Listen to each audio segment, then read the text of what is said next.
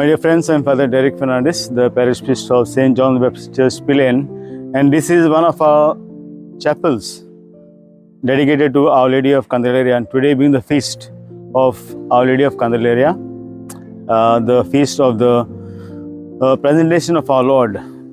We also call it Candel Mass. We have started a devotion, first Saturday devotion in this chapel 2 years back.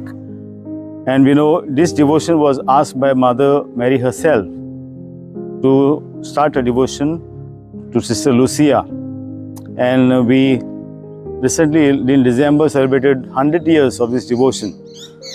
So I invite you to this place where we have this devotion from 9:30 to 1 o'clock every first Saturday. This time it is on 7th of this month. And it's a special call. You'll feel if you come here, spend some time. It's a totally different atmosphere. The feeling, quiet place.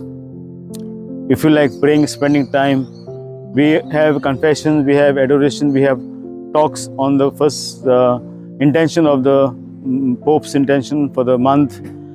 Also, there is a healing and deliverance service. So please come and spend time on every first Saturday in this chapel of dedicated to Our Lady of Candelaria.